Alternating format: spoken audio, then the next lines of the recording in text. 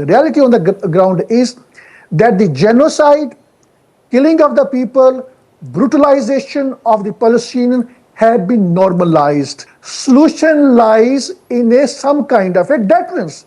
If these countries are so covered, which they are by all means, then at least they could have had an economic blockade. They have not enforced it. The very bitter reality, Omar, very bitter reality is that the Arab monarchs, they are in league with apartheid Israel. They want Hamas to be eliminated. They want other resistant groups to be eliminated. So killing of the Lebanese people, killing of the Palestinians, this is not the headache of the Arab monarchs.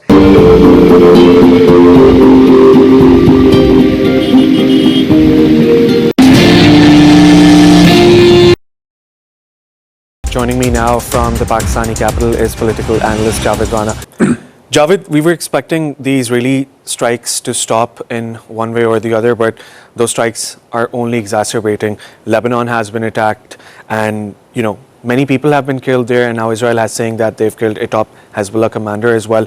Do you think Syria is going to be next? And what can we expect from these Israeli attacks, which are only ongoing in strength and in nature? I think let's explore it, what this ceasefire agreement, these two ceasefire agreements are all about. The one with the Hezbollah, between Hezbollah and Israel, and the another with the Hamas and apartheid Israel. So I think in a broader context, it means that the Hezbollah in Lebanon and Hamas in occupied Gaza, they would not attack Israel. But so far as another player, which is apartheid Israel, is concerned, there would be no bar on Israel to carry out attack any of these locality at any point of its own choice. And that is what is the situation on ground. That is a de facto reality. That is why we have seen that during last 1 year, since this ceasefire agreement was inked between Lebanese government, where Hezbollah was also player, and Israel, since then there has been thousands of times violation of the ceasefire agreement. And all of these violations, by and large, have come on the side of the apartheid Israel. Israel is not sparing anyone under the pretext of that they would not allow Hezbollah to regroup. Now, I think the bigger question is that why all these ceasefire agreements are so weak. We have seen it in occupied Gaza. There has been nearly 500 violation of the ceasefire agreement. More than 242 people have been killed. 100 others, nearly 900 people have been injured.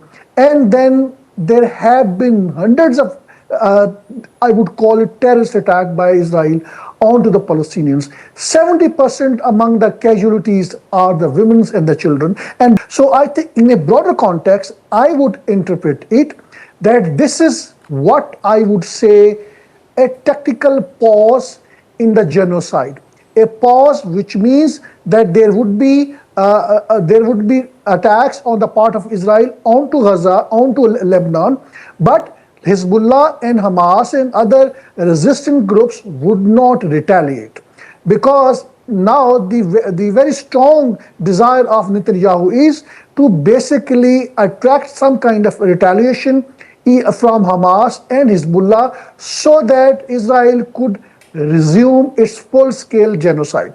I think these casualties which have taken place inside Gaza, I think these are the casualties. If you look at the scale of the statistics, scale of the deaths and other casualties, that does suggest that it is actually full-scale war between two sides. But in this particular case, one side is not simply doing anything. And then more importantly, earlier on, the territory that apartheid Israel was holding, that was around 53% of Gaza. Now probably they have occupied nearly 7% more, which means around about 60% territory right now is under the former occupation of Israel. And then from the northern part of Gaza, Israel is expelling Palestinians. So, and then it has made it sure that there has to be a chaos, there has to be an uncertain situation inside Gaza, creating an impression creating a sense of certainty that this genocide is going to be resumed at any point of time. That is why we have seen that many Palestinians are leaving from Gaza. There have been one controversial flight from Israel to South Africa. More than 200 passengers, Palestinian, who needed a medical treatment, they have gone there, and under very dubious circumstances. So in a broader context, I don't foresee that so-called international stabilization force would be operationalized anytime soon in this situation when there is no let-up in genocide. Javed, but there's also pressure from the Israeli public on the Israeli Prime Minister, right? Because they've been holding protests across the country, and over the weekend we saw in the capital as well, in Tel Aviv, there were protests. Now, the Israeli public is unhappy over the way Netanyahu has handled the release of hostages, and also, the way he has handled his corruption probes. And they're not in favor of letting Netanyahu, continue his role as the prime minister. So when we talk about all of these things, there's a ceasefire deal, then Israel is taking its own decisions when it comes to violating the ceasefire, and most importantly, these protests. How difficult has it become for Netanyahu to please his own public? I think let's not link it with what is going on in Gaza. Because there is a controversy to the extent that these captives should have been, their release should have been secured long ago. That is one part of it. Somehow or the other, this issue has been not resolved. And the other issue is that there's a lot of pressure on the Netanyahu government that there has to be now an inquiry into what happened on October 7, 2023, when Hamas had carried out a military operation. And that is the bigger challenge. Now Netanyahu wants that there would be an inquiry, but by the people that he would choose. Now the pressure from the opposition parties that this inquiry committee should be comprising of the independent people who could possibly independently investigate what were the circumstances, who was involved, and that means that everything is going to boil down onto Netanyahu, and Netanyahu would be held accountable. So to that extent, I think this resentment is concerned. Now the bigger question is, do people inside Israel, they are very unhappy of what is going on in Gaza, or they are very upset? Let's see what the surveys reports have been saying. During last couple of months, there have been numerous surveys. All those indicate that the people, 60 to 70% people, they have no concern about the genocide. They want some kind of a brutal attacks inside Gaza, and that has already been happening. That is not the problem of the Israeli society. Majority of them have been in favor of genocide in Gaza. This entire Israeli society has been radicalized. You see, this apartheid army is a byproduct of Talmud, so-called their holy scripture, which calls for the genocides of the non-Jews, which calls for the killing of the animals, killing for children, women, and everything. That is why, with very ease, Israeli government, Israeli military has been conducting genocide. The entire society needs to be de-radicalized. That is the biggest problem. Israeli society does not have any problem with the brutal killing of the Palestinians, with the violation of the ceasefire agreement.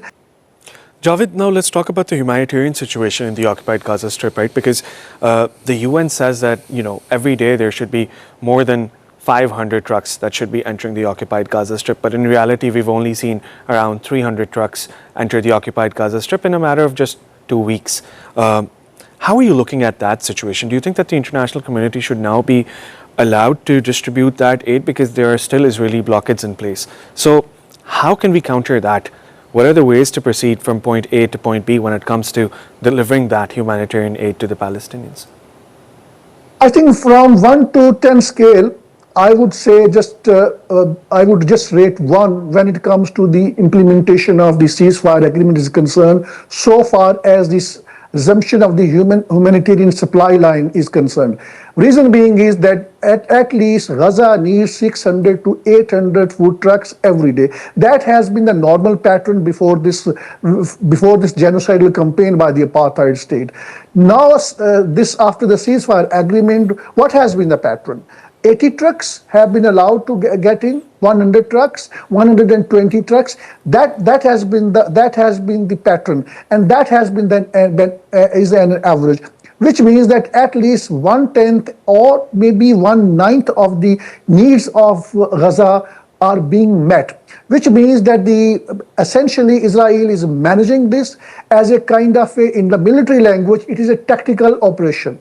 Tactical operation means that Israel would be settling down its diplomatic scores with the President Donald Trump, and it will secure some time, but at the same time it would be managing a kind of a chaotic conditions inside Gaza, because if there is a sense of certainty, that means the people would start reconstruction of their own buildings. Maybe they will be going for some kind of a makeshift arrangement.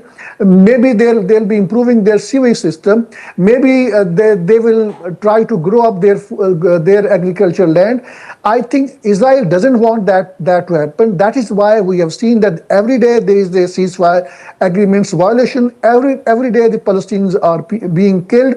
So now inside Gaza there is a strong perception, and that perception is based on reality, that there is going to be no let up to the genocide. Israel is going to come after them, and no one is going to help them out. The critical question that you have raised is very important. Let's see the reality on ground. The reality on the ground is that the genocide, killing of the people, brutalization of the Palestinians have been normalized. It is simply a normal function. If Palestinians are killed 10, 15, 20, 2 dozen, 3 dozens every day, that means it is a normal, because the ceasefire agreement is still in place from the Western perspective, because Israel is not killing people in their hundreds. So let's see the reality on the ground. The solution does not lie of the Muslim countries joining the international stabilization force. Solution lies in some kind of a deterrence. If these countries are so covered, which they are by all means, then at least they could have had an economic blockade. They have not enforced it. The very bitter reality, Omar, is that the Arab monarchs, they are in league with apartheid Israel. They want Hamas to be eliminated. They want other resistant groups to be eliminated. So killing of the Lebanese people, killing of the Palestinians, this is not the headache of the Arab monarchs.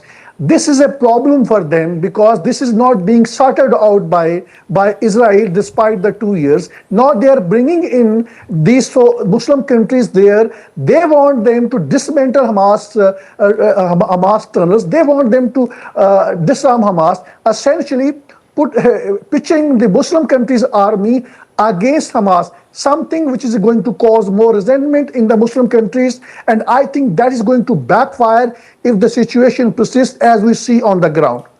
Javed, just very briefly, since you said that Arab states are partly responsible for whatever is happening in the occupied Gaza Strip, and they want to remove Hamas, they want to remove all these groups, I want to ask you, you're also aware of the fact that Mohammed bin Salman said in Saudi Arabia last week that Saudi Arabia is open to joining the Abraham Accords only if there is a two-state solution. Do you think that the Saudis are also complicit in this genocide? They are complicit, because they are saying it for the public consumption that they want a two-state solution. What is happening behind the scene? What is happening behind the scene is that whenever there was attacks in the Red Sea by the Houthis against the Israeli ships, the Israeli trade was rerouted to Saudi Arabia, from there to Jordan, and from there to occupied West Bank, and from there to the mainland apartheid Israel. That is how they have been in league, and there have been credible reports that these were the Saudi origin ships which have been delivering arms from USA to Israel, And Saudis have been allowing Israeli citizens to visit the holy cities, which religiously speaking, which under the previous law they were forbidden. And then in a similar fashion, the Israeli citizens having a business deals with the Saudi citizens, Israel has its airspace rights. Its passenger planes have been traveling from over the Saudi's airspace. So all I'm saying is that the Saudis rulers, MBS, they have been having a kind of informal arrangement with apartheid Israel that we cannot think of it. But the problem is that even then, Israel is not giving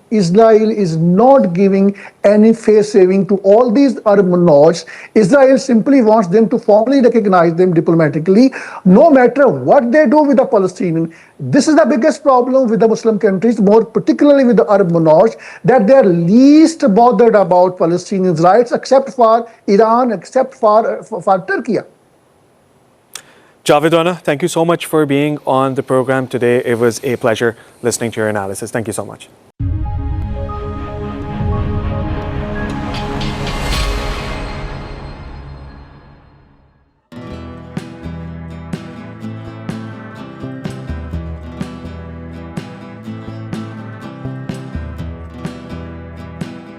The growing tide of anti-Israel sentiments. What you see behind me is just tip of the iceberg of what is happening in the country. More than half of $52 billion black CIA budget is spent on espionage network in Pakistan. How would you handle it? The US has looked upon Pakistan as an ally at one point and then as an enemy at the same time. That is going to be the first legal reason on the basis of which he is going to be instantly ousted by the Supreme Court of Pakistan. Joining us live, Javed Rana, who's an expert on politics and geostrategic issues. In the world politics, which is not being driven by any moral principle, it is being driven by the hard geostrategic realities. In a broader picture, more countries would aspire to have nuclear weapons.